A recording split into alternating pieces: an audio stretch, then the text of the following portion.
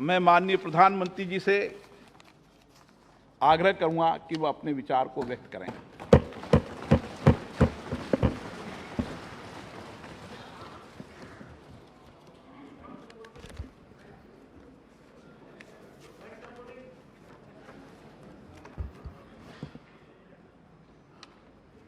माननीय अध्यक्ष जी,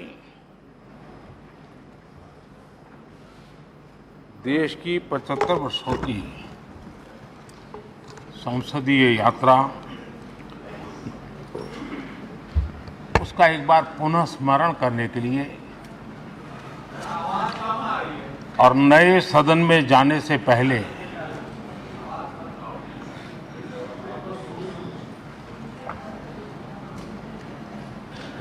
उन प्रेरक पलों को, इतिहास की महत्वपूर्ण घड़ी को स्मरण करते हुए आगे बढ़ने का ये अवसर है। हम सब इस ऐतिहासिक भवन से विदा ले रहे हैं। आजादी के पहले ये सदन इंपीरियल लेजिस्लेटिव काउंसिल का स्थान हुआ करता था। आजादी के बाद ये संसद भवन के रूप में उसको पहचान मिली। ये सही है, इस इमारत के निर्माण करने का निर्णय विदेशी शासकों का था, लेकिन ये बात हम न कभी भूल सकते हैं और हम गर्व से कह सकते हैं कि इस भवन के निर्माण में पसीना मेरे देशवासियों का लगा था, परिश्रम मेरे देशवासियों का लगा था और पैसे भी मेरे देश के लोगों के।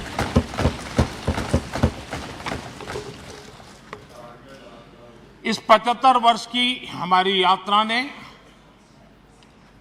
अनेक लोकतांत्रिक परंपराओं और प्रक्रियाओं का उत्तम से उत्तम सृजन किया है और इस सदन में रहे हुए सबने उसमें सक्रियता से योगदान भी दिया है और साक्षी भाव से उसको देखा भी है। हम भले नए भवन में जाएंगे, लेकिन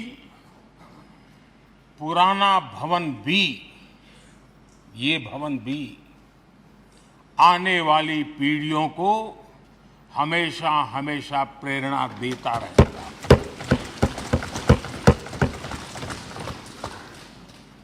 ये भारत के लोकतंत्र की स्वर्णिम यात्रा का एक महत्वपूर्ण अध्याय, जो सारी दुनिया को भारत की रगों में लोकतंत्र का सामर्थ्य कैसे है, इसका परिचित कराने का काम इस इमारत से होता रहेगा। आदरणीय अध्यक्ष जी, अमृतकाल की प्रथम प्रभा का प्रकाश राष्ट्र में एक नया विश्वास, नया आत्मविश्वास, नया उमंग, नए सपने, नए संकल्प और राष्ट्र का नया सामर्थ्य उसे भर रहा है। चारों तरफ आज भारतवासियों की उपलब्धि की चर्चा हो रही है और गौरव के साथ हो रही है। ये हमारे 75 साल के संसदीय इतिहास का एक सामूहिक प्रयास का परिणाम है, जिसके कारण विश्व में आज वो गूंज सुनाई दे रही है। आदरणीय अध्यक्ष जी, चंद्रयान-3 की सफलता न सिर्फ पूरा भारत, पूरा देश अभिभूत है और इसमें भारत के सामर्थ्य का एक नया रूप जो आधुनिकता से जुड़ा है, जो विज्ञान से जुड़ा है, जो टेक्नोलॉजी से जुड़ा है, जो हमारे वैज्ञानिकों के सामर्थ्य से जुड़ा है, जो 140 करोड़ देशवासियों के संकल्प की शक्ति से जुड़ा हुआ है, वो देश और दुनिया पर एक नया प्रभाव पैदा करने वाला है।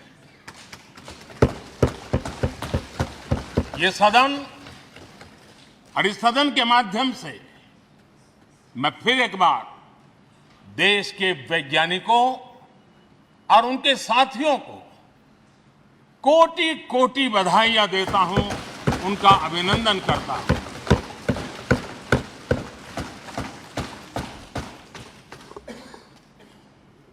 आदरणीय अध्यक्ष जी, ये सदन ने भूतकाल में जब नेम की समिट हुई थी, सर्वसम्मति से प्रस्ताव पारित करके देश के इस प्रयास को सराहा था। आज G20 की सफलता को भी आपने सर्वसम्मति से सराहा है। मैं मानता हूं देशवासियों का आपने गौरव बढ़ाया है, मैं आपका आभार व्यक्त करता हूं। G20 की सफलता 140 करोड़ देशवासियों की है। ये भारत की सफलता है, किसी व्यक्ति की सफलता नहीं है, किसी दल की सफलता नहीं है।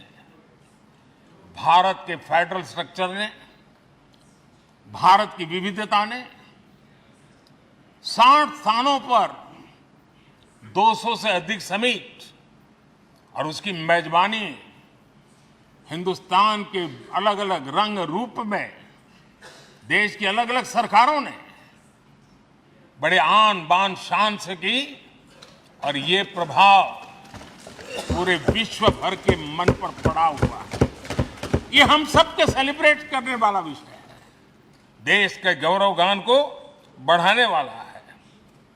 और जैसा आपने उल्लेख किया, भारत इस बात के लिए गर्व करेगा, जब भारत अध्यक्ष रहा उस समय अफ्रीकन यूनियन इसका सदस्य बना। मैं उस इमोशनल पल को भूल नहीं सकता जब अफ्रीकन यूनियन की घोषणा हुई और अफ्रीकन यूनियन के प्रेसिडेंट, उन्होंने एक इंटरव्यू में कहा कि मेरे जीवन में ऐसी पल थी, शायद मैं बोलते बोलते रो पड़ूंगा। आप कल्पना कर सकते हैं कि कितनी बड़ी अपेक्षा और आशाएं पूरी करने का काम भारत के भाग्य में आया।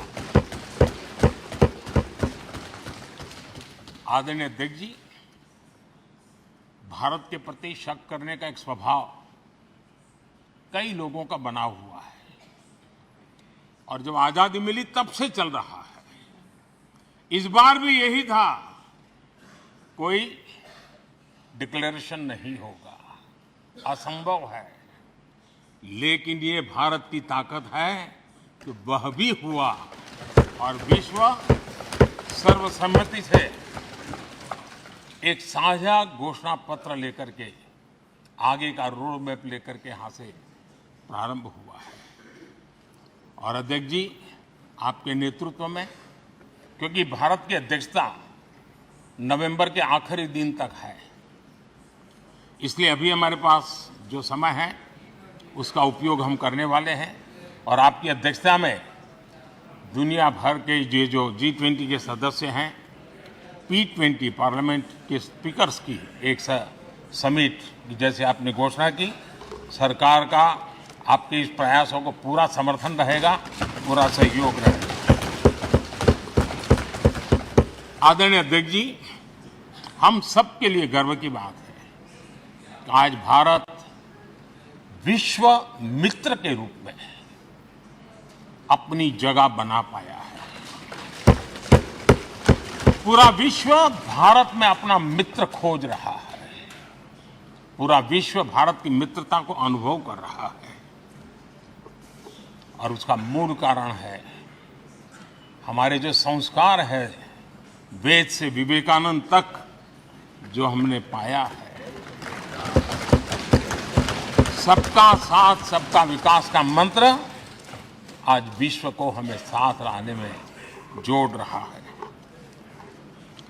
आदरणीय अध्यक्ष जी, ये सदन से विदाई लेना एक बहुत ही भावुक पल है।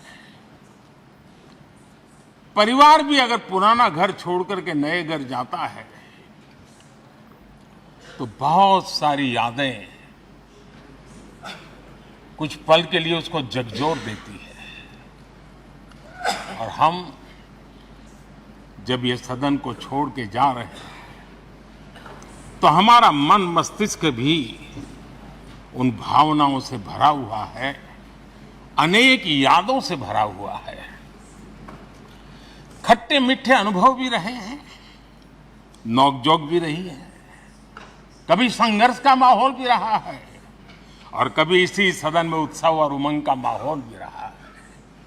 ये सारी स्मृतियां हमारे साथ हम सबकी साझी स्मृतियां हैं। ये हम सबकी साझी विरासत है और इसलिए इसका गौरव भी हम सबका साझा है।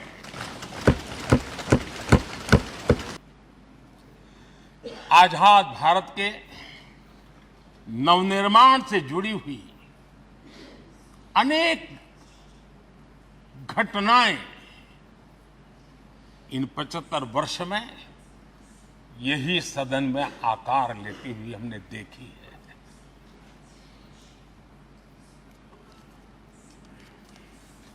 आज हम जब इस सदन को छोड़ करके नए सदन की ओर प्रस्थान करने वाले हैं, तब भारत के सामान्य मानवीय की भावनाओं को जहां जो आदर मिला है, सम्मान मिला है, उसकी अभिव्यक्ति का भी एक अवसर है। और इसलिए आदरणीय अध्यक्ष जी, मैं पहली बार जब संसद का सदस्य बना और पहली बार एक सांसद के रूप में इस भवन में मैंने प्रवेश किया तो सहज रूप से मैंने इस संसद भवन के डोर पक्ति पर अपना शीश झुका करके इस लोकतंत्र के मंदिर को श्रद्धा भाव से नमन करते हुए मैंने पैर रखा था। वो पल मेरे लिए भावनाओं से भरी हुई थी। मैं कल्पना नहीं कर सकता था, लेकिन भारत के लोकतंत्र की ताकत है, भारत के सामान्य मानवीय की लोकतंत्र के प्रति श्रद्धा का प्रतिबिंब है कि रेलवे प्लेटफॉर्म पर गुजारा करने वाला एक गरीब परिवार का बच्चा पार्लियामेंट पहुंच जाता है।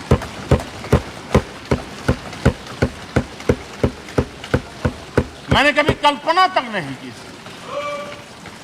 कि देश मुझे इतना सम्मान देगा, इतना आशीर्वाद देगा, इतना प्यार देगा। सोचा नहीं था अध्यक्ष जी। आदरणीय अध्यक्ष जी, हम में से बहुत लोग हैं जो संसद भवन के अंदर जो चीजें लिखी गई उसको पढ़ते भी रहते हैं, कभी कभी उसका उल्लेख भी करते हैं। हमारे यहाँ संसद भवन के प्रवेश द्वार पर एक छांदोग्य उपनिषद का एक वाक्य है, लोक द्वारम करके पूरा वाक्य है। उसका मतलब ये होता है कि जनता के लिए दरवाजे खोलिए और देखिए कि कैसे वो अपने अधिकारों को प्राप्त करती है। हमारे ऋषि मुनियों ने लिखा हुआ, हमारे प्रवेश द्वार पर लिखा हुआ। हम सब और हमारे पहले जो यहां रहे हैं वो भी इस सत्यता के साक्षी है। आदरणीय अध्यक्ष जी, समय रहते जैसे जैसे वक्त बदलता गया, यह हमारे सदन की संरचना भी निरंतर बदलती रही है और अधिक समावेशी बनती गई है। समाज के हर वर्ग का प्रतिनिधि विविधताओं से भरा हुआ इस सदन में नजर आता है। अनेक भाषाएं हैं, अनेक बोलियां हैं, अनेक पहरवेश हैं, अनेक खानपान है। सदन के अंदर सब कुछ है और समाज के सभी तबके के लोग, चाहे वो सामाजिक रचना के हो, चाहे आर्थिक रचना के हो, चाहे गांव या शहर के हो, एक प्रकार से पूर्ण रूप से समावेशी वातावरण सदन में पूरी ताकत के साथ जन सामान्य की इच्छा आकांक्षाओं को प्रकट करता रहा है। दलित हो, पीड़ित हो, आदिवासी हो, पिछड़े हो, महिलाएं हो, हर एक का धीरे धीरे धीरे योगदान बढ़ता चला गया है। आदरणीय अध्यक्ष जी, प्रारंभ में महिलाओं की सदस्य संख्या कम थी, लेकिन धीरे धीरे माताओं बहनों ने भी इस सदन की गरिमा को बढ़ाया है। इस सदन के गरिमा में बहुत बड़ा बदलाव लाने में उनका योगदान रहा है। आदरणीय अध्यक्ष जी, प्रारंभ से अब तक एक मोटा हिसाब लगाता था, करीब करीब 7,500 से अधिक जनप्रतिनिधि दोनों सदनों में मिलाकर के योगदान दे चुके हैं। इतने सालों में 7,500 से करीब ज्यादा। इस कालखंड में करीब 600 महिला सांसदों ने भी इस सदन की गरिमा को बढ़ाया है, दोनों सदन की। और आदरणीय अध्यक्ष जी, आप जानते हैं कि इस सदन में आदरणीय इंद्रजीत गुप्ता जी 43 ईयर, अगर मेरी गलती नहीं हो तो 43 ईयर इस सदन में लंबा समय बैठ करके इस सदन के साक्षी बनने का उनको सौभाग्य मिला। और यही सदन है आदरणीय अध्यक्ष जी, जहां शकीकुर रहमान जी 93 की एज में भी सदन में अपना योगदान देते रहे, जबकि उनकी उम्र 93। और आदरणीय अध्यक्ष जी, ये भारत के लोकतंत्र की ताकत है कि 25 साल की उम्र की चंद्रमणि मुर्मू इस सदन की सदस्य बनी थी। सिर्फ 25 साल की उम्र की सबसे छोटी उम्र की सदस्य बनी थी। आदरणीय अध्यक्ष महोदय,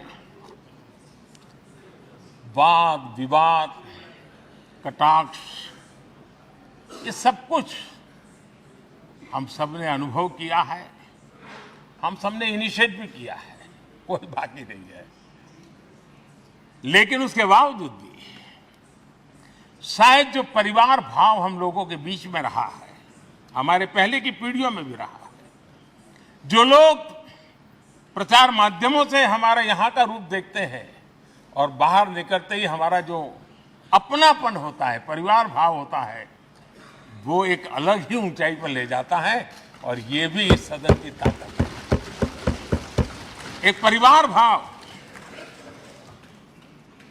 और उसके साथ साथ हम कभी कड़वाहट पाल करके नहीं जाते हैं। हम उसी प्यार से सदन छोड़ने के कई वर्षों के बाद भी मिल जाए तो भी उस प्यार को कभी भूलते नहीं है, उस स्नेह भरे याद दिनों को भूलते नहीं है।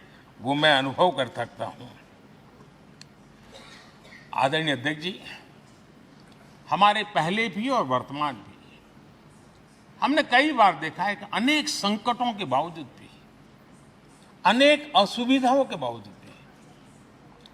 सांसद सदन में आए हैं और उन्होंने शारीरिक पीड़ा भी असह्य हो तो भी सदन में एक सांसद के रूप में, जनप्रतिनिधि के रूप में अपना कर्तव्य निभाया है।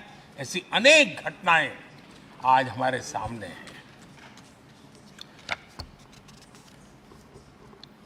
गंभीर गंभीर बीमारियों के बावजूद भी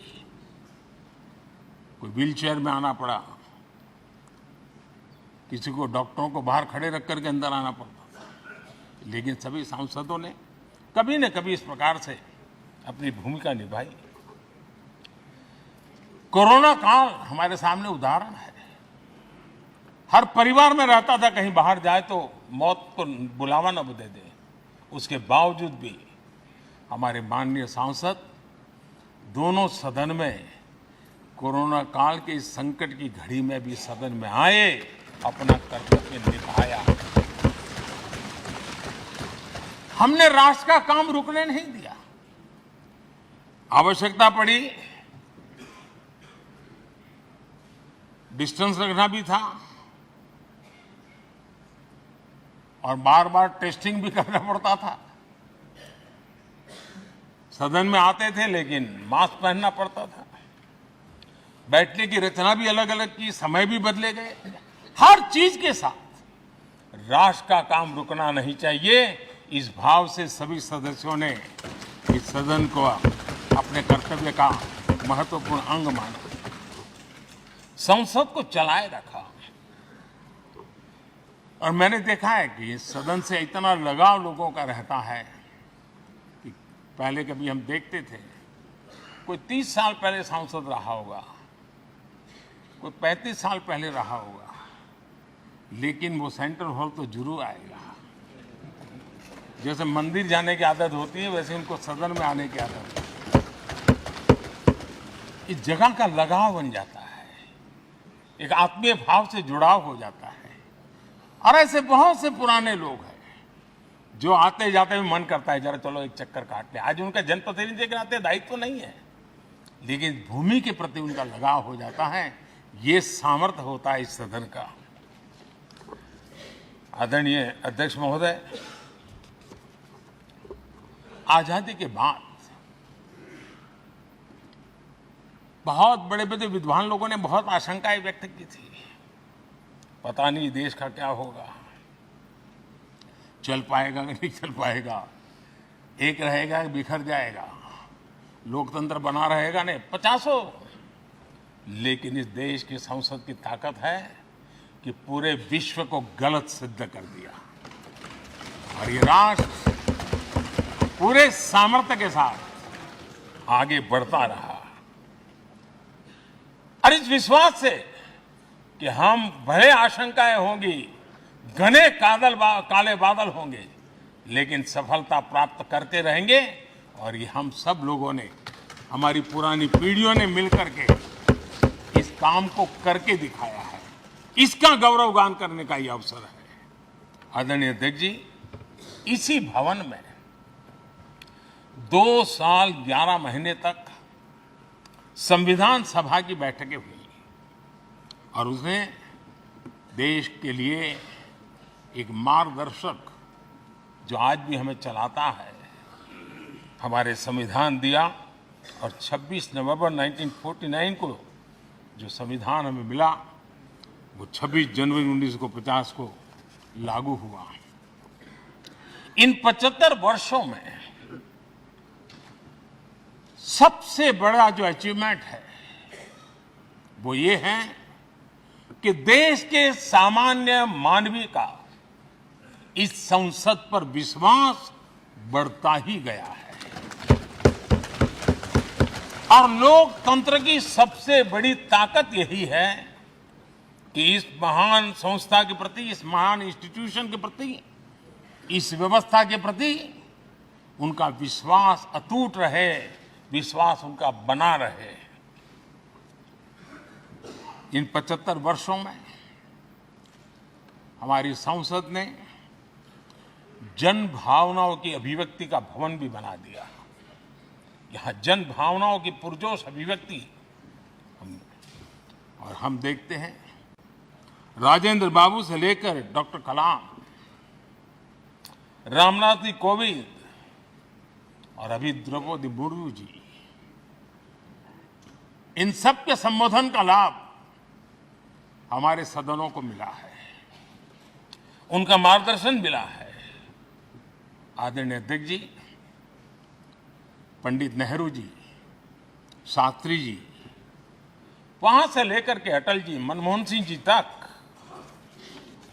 एक बहुत बड़ी श्रृंखला जिसने इस सदन का नेतृत्व किया है और सदन के माध्यम से देश को दिशा दी है, देश को नए रंग रूप में ढालने के लिए उन्होंने परिश्रम किया है, पुरुषार्थ किया है। आज उन सबका गौरवगान करने का भी अवसर है। आदरणीय अध्यक्ष जी, सरदार वल्लभ भाई पटेल, लोहिया जी, चंद्रशेखर जी, आडवाणी जी, न जाने अनगिनत नाम, जिन्होंने हमारे इस सदन को समृद्ध करने में, चर्चाओं को समृद्ध करने के लिए, देश के सामान्य से सामान्य व्यक्ति की आवाज को ताकत देने का काम इस सदन में किया है। विश्व के भी अनेक राष्ट्राध्यक्षों ने हमारे इन सदनों को संबोधित करने का भी अवसर आए हैं और उनकी बातों में भी भारत के लोकतंत्र के प्रति आदर का भाव व्यक्त हुआ है। आदरणीय अध्यक्ष जी, उमंग उत्साह के पल के बीच भी कभी सदन की आंख से आंसू भी बहे। ये सदन दर्द से भर गया जब देश को 3 अपने प्रधानमंत्री उनको अपने कार्यकाल में ही खोने की नौबत आई, नेहरू जी, शास्त्री जी और इंदिरा जी। तब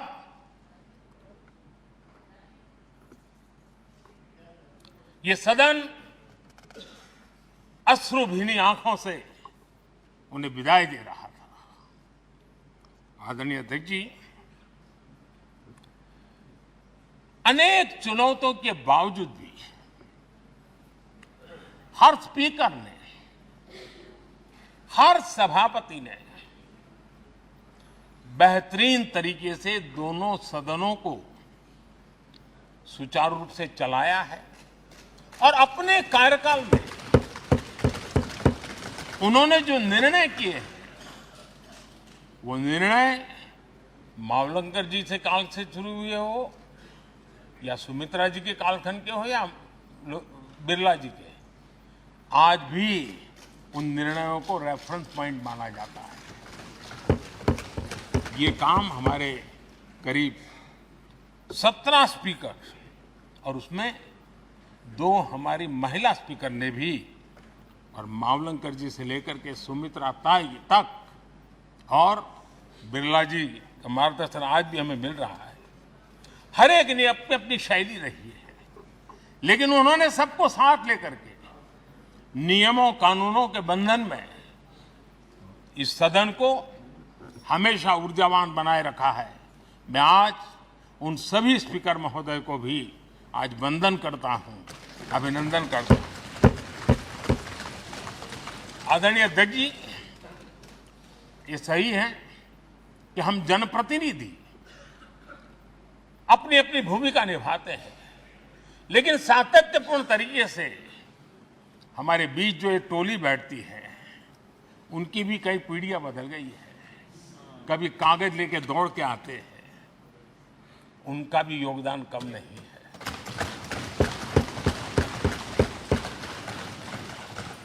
हमें कागज पत्र पहुंचाने के लिए दौड़ते हैं, सदन में कोई गलती ना हो जाए, उसके निर्णय में कोई गलत ना हो जाए, उसके लिए वो चौकन्ने रहते हैं।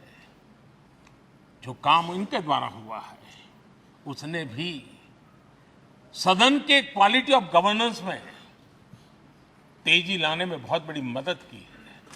मैं उन सभी साथियों का और इनके पूर्व में जो रहे हैं उनका भी हृदय से अभिनंदन करता हूं। इतना ही नहीं, सदन मतलब ये खंड ही नहीं है, इस पूरे परिसर में अनेक लोगों ने, किसी ने हमें चाय पिलाई होगी, किसी ने पानी पिलाया होगा, किसी ने रात रात चली हुई सदन को किसी को भूखा पेट रहने नहीं दिया होगा। कई प्रकार की सेवाएं की होगी।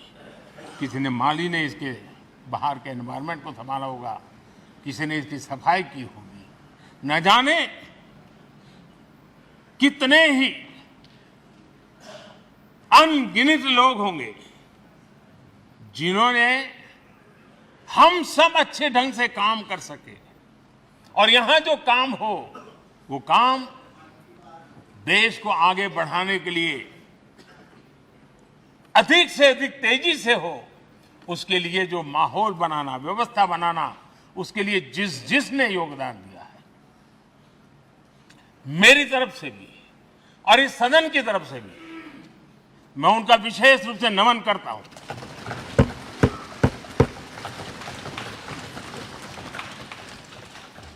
आदरणीय अध्यक्ष जी, लोकतंत्र का एक सदन, आतंकी हमला हुआ, पूरे विश्व में यह आतंकी हमला एक इमारत पर नहीं था, ये मदर ऑफ डेमोक्रेसी एक प्रकार से हमारी जीवात्मा पर यह हमला था। ये देश उस घटना को कभी भूल नहीं सकता है, लेकिन आतंकियों से लड़ते लड़ते सदन को बचाने के लिए और हर सदस्य को बचाने के लिए जिन्होंने अपने सीने पर गोलियां झेली, आज मैं उनको भी नमन करता हूं। हमारे बीच नहीं है, लेकिन उन्होंने बहुत बड़ी रक्षा की है। आदरणीय अध्यक्ष जी, जब आज हम इस सदन को छोड़ रहे हैं, तब मैं उन पत्रकार मित्रों को भी याद करना चाहता हूं जिन्होंने जीवन में, कुछ लोग तो ऐसे हैं जिन्होंने पूरा जीवन अपने कार्यकाल में संसद के काम को ही उन्होंने रिपोर्ट किया है। एक प्रकार से वो जीवंत साक्षी रहे हैं।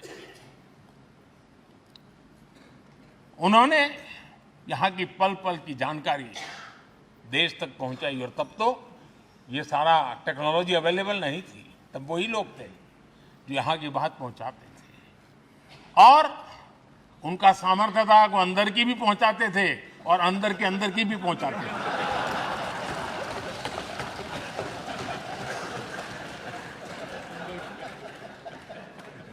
और मैंने देखा कि ऐसे पत्रकारिता जिन्होंने संसद को कवर किया, शायद उनके नाम जाने नहीं जाते होंगे, लेकिन उनके काम को कोई भूल नहीं सकता है। और खबरों को लिए नहीं, भारत की इस विकास यात्रा को संसद भवन से समझने के लिए उन्होंने अपनी शक्ति खपा दी थी। आज भी पुराने जो पत्रकार मित्र मिल जाते हैं और जिन्होंने कभी संसद को कवर किया हो, तो ऐसी अननोन चीजें बताते हैं जो उन्होंने अपनी आंखों से देखी होती है, कान से सुनी होती है, जो अचरज करने वाली होती है। यानी एक प्रकार से जैसी ताकत यहां की दीवारों की रही है, वैसा ही दर्पण उनकी कलम में रहा है, और उस कलम ने देश के अंदर संसद के प्रति, संसद सदस्यों के प्रति एक अहोभाव का भाव जगाया है। मैं आज कई पत्रकार बंधु होंगे जो रहे नहीं होंगे, लेकिन मेरे लिए जैसा ये सदन छोड़ना भावुकपन है, मैं पक्का मानता हूं इन पत्रकार बंधुओं के लिए भी ये सदन छोड़ना उतना ही भावुकपन होगा, क्योंकि इनका लगाव हमसे भी ज्यादा रहे। कुछ तो पत्रकार ऐसे होंगे जो हम लोगों की टर्म से भी समय उन्होंने काम किया होगा।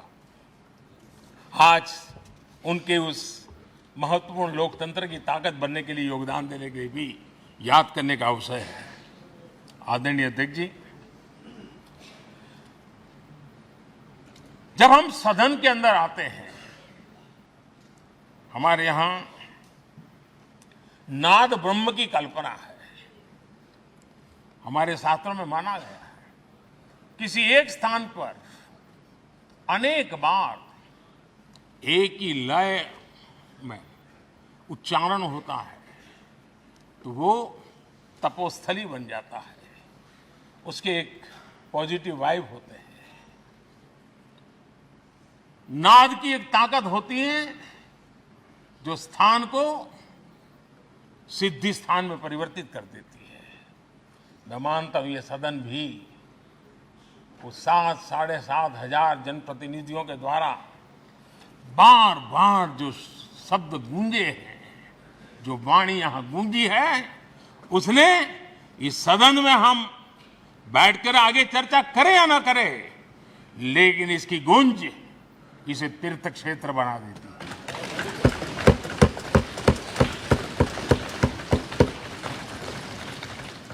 एक जागृत जगह बन जाती है और लोकतंत्र की प्रति श्रद्धा रखने वाला व्यक्ति आज से 50 साल के बाद भी जब यहां देखने के लिए भी आएगा तो उसे उस गूंज की अनुभूति होगी कि कभी भारत की आत्मा की आवाज यहां पर गूंजती थी। और इसलिए अध्यक्ष महोदय, ये वो सदन है जहां कभी भगत सिंह, बटुकेश्वर दत्त, उन्होंने अपनी वीरता सामर्थ्य से अंग्रेज सल्तनत को जगा दिया था बम का धमाका करके। वो बम की गूंज भी जो देश का भला चाहते हैं उनको कभी सोने नहीं देती। आदरणीय अध्यक्ष जी, ये वो सदन है जहां पंडित जी को इसलिए भी याद किएगा, अनेक बातों के लिए याद किएगा, लेकिन हम जरूर याद करेंगे इसी सदन में पंडित नेहरू का at the stroke of midnight की गूंज हम सबको प्रेरित करती रहेगी। और इसी सदन में अटल जी ने कहा था, वो शब्द आज भी गूंज रहे हैं इस सदन में, सरकारें आएगी जाएगी, पार्टियां बनेगी बिगड़ेगी, लेकिन ये देश रहना चाहिए।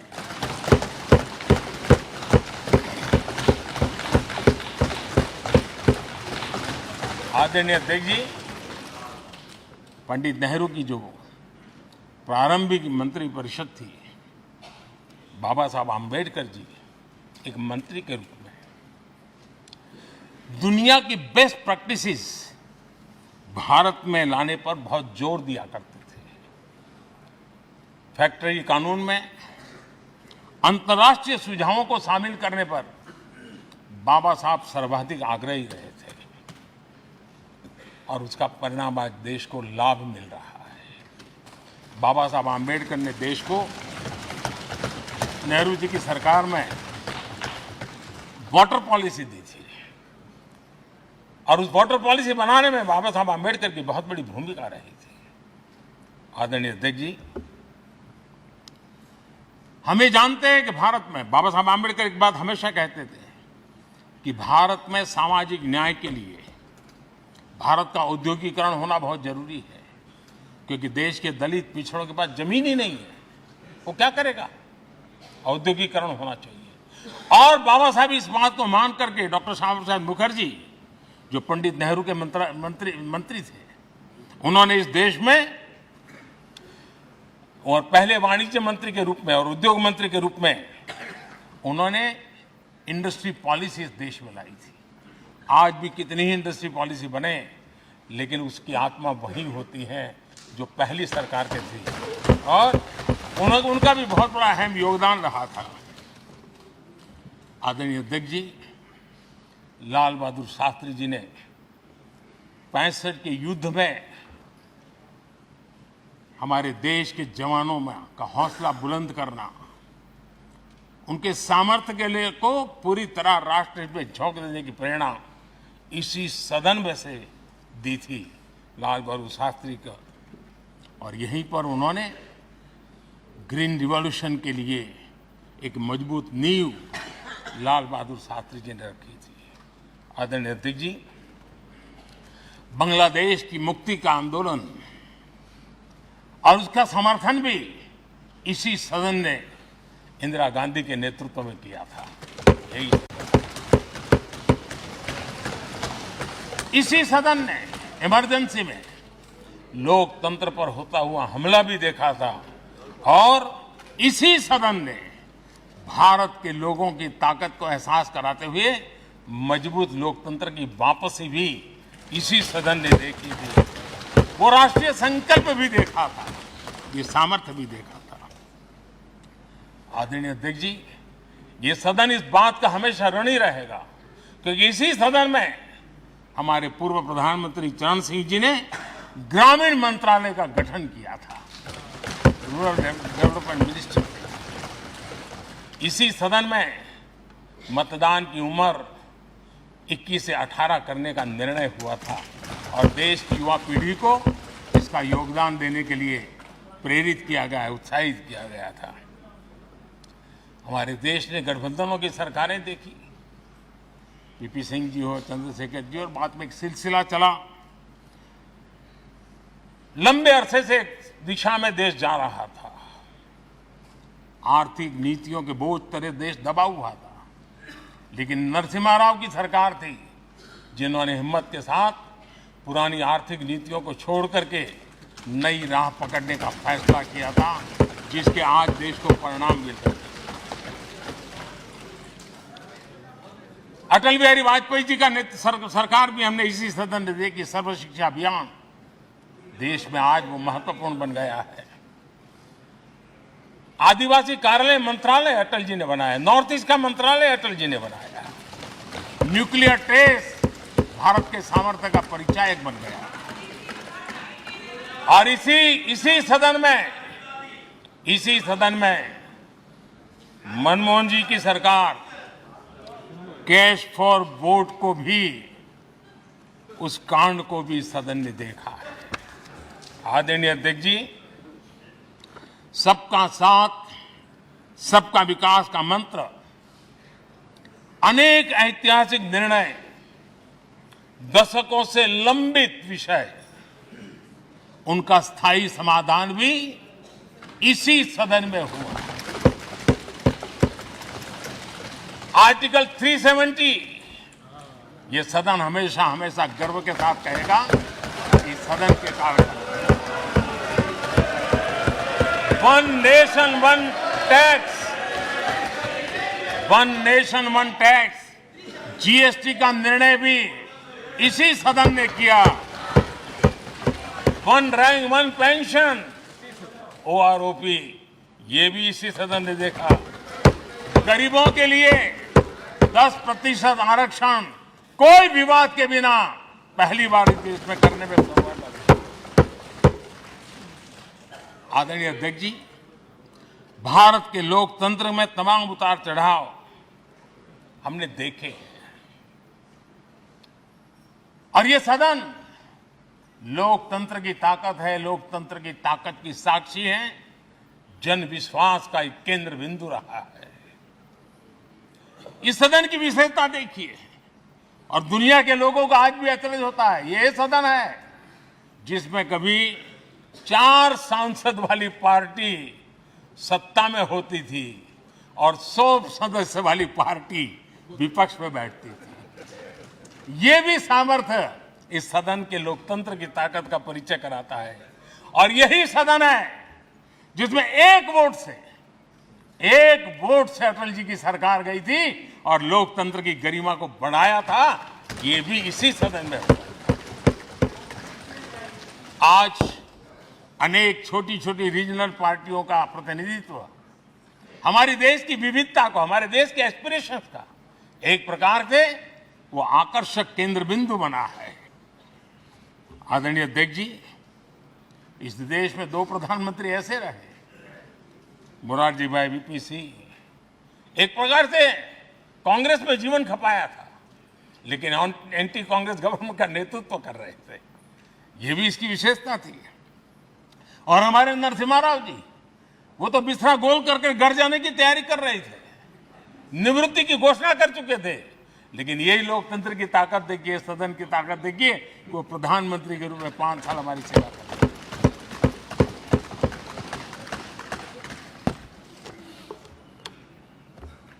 आदरणीय अध्यक्ष जी,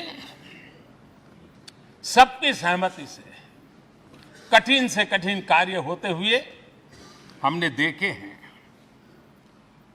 2000 की साल थी, अटल जी की सरकार थी। इसी सदन ने 3 राज्यों का गठन सर्वस्वीकृति से किया और बड़े उमंग उत्साह से किया। जब छत्तीसगढ़ की रचना हुई तो उत्सव छत्तीसगढ़ ने भी मनाया, उत्सव मध्य प्रदेश ने भी मनाया। जब उत्तराखंड की रचना हुई तो उत्सव उत्तराखंड ने भी मनाया, उत्सव उत्तर प्रदेश ने भी मनाया।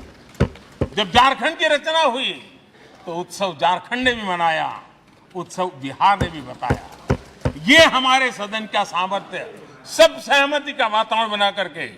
लेकिन कुछ कड़वी यादें वो भी हैं कि तेलंगाना के हक को दबोचने के लिए भारी प्रयास हुए, खून की नदियां भी बही और बनने के बाद न तेलंगाना उत्सव मना पाया, न आंध्र उत्सव मना पाया। एक कटुता के बीज बो दिए गए। अच्छा होता उसी उमंग और उत्साह के साथ हम तेलंगाना का निर्माण करते तो एक नई ऊंचाई पर आज तेलंगाना पहुंच चुका होता।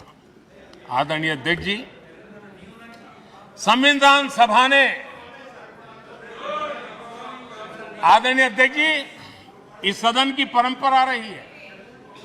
संविधान सभा ने उस समय अपना दैनिक भत्ता 45 रुपये से कम करके 40 कर दिया था। उनको लगा हमें इसको कम करना चाहिए। आदरणीय अध्यक्ष जी, यही सदन है कैंटीन में मिलने वाली सब्सिडी, जो बहुत कम पैसे में खाना मिलता था, इसी सदस्यों ने उस सब्सिडी को भी खत्म कर दिया और पूरा पैसा देकर के अब कैंटीन में खाते हैं। आदरणीय अध्यक्ष जी, कोरोना काल में जब जरूरत पड़ी तो यही सांसद जिन्होंने एमपी लीड फंड को छोड़ दिया और देश को इस संकट की घड़ी में मदद करने के लिए आगे आए। इतना ही नहीं, कोरोना काल में इसी सदन के सांसदों ने अपने तनख्वाह में 30% कटौती की और उन्होंने देश के सामने आए हुए संकट में अपनी बहुत बड़ी जिम्मेवारी निभाई। आदरणीय अध्यक्ष जी, हम गर्व से कह सकते हैं, ये सदन में बैठे हुए लोग भी कह सकते हैं, हमारे पूर्वज जो सदन में बैठे थे वो भी कह सकते हैं कि हम ही लोग हैं जिन्होंने हम पर डिसिप्लिन लाने के लिए हमारे यहां जनप्रतिनिधित्व कानून में समय समय पर कठोरता बरती। नियम हमने ही लादे, हमने ही तय किया कि नहीं, जनप्रतिनिधि के जीवन में ये नहीं हो सकता। मैं मानता हूं ये जीवंत लोकतंत्र का बहुत बड़ा उदाहरण है और ये सदन ने दिया है, यही माननीय सांसदों ने दिया है और हमारी पुरानी पीढ़ी के सांसदों ने दिया है। और मैं मानता हूं कि कभी कभी उन चीजों को भी याद करना चाहिए। आदरणीय अध्यक्ष जी, हम जो वर्तमान सांसद हैं उनके लिए तो ये विशेष सौभाग्य का अवसर है। सौभाग्य का अवसर इसलिए है कि हमें इतिहास और भविष्य दोनों की कड़ी बनने का अवसर मिल रहा है।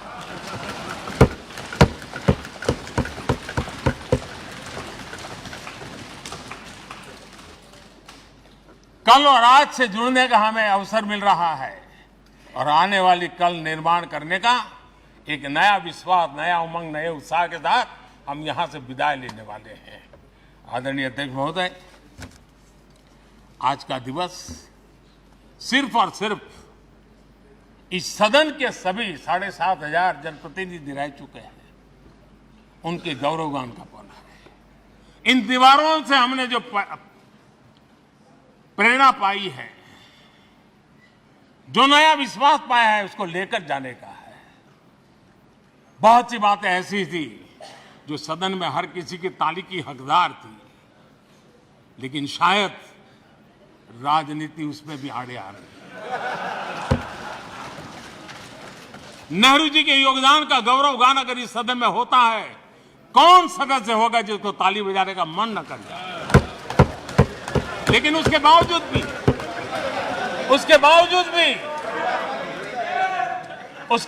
भी देश के लोकतंत्र के लिए बहुत जरूरी है हम सब ने अपने यहां सोच लें।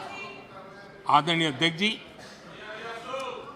मुझे पूरा विश्वास है कि आपके मार्गदर्शन में और इस अनुभवी माननीय सांसदों के सामर्थ्य से हम नई संसद में जब जाएंगे तो नए विश्वास के साथ जाएंगे। मैं फिर एक बार आज पूरा दिवस आपने इन पुरानी स्मृतियों को ताजा करने के लिए दिया, एक अच्छे वातावरण में सबको याद करने का मौका दिया।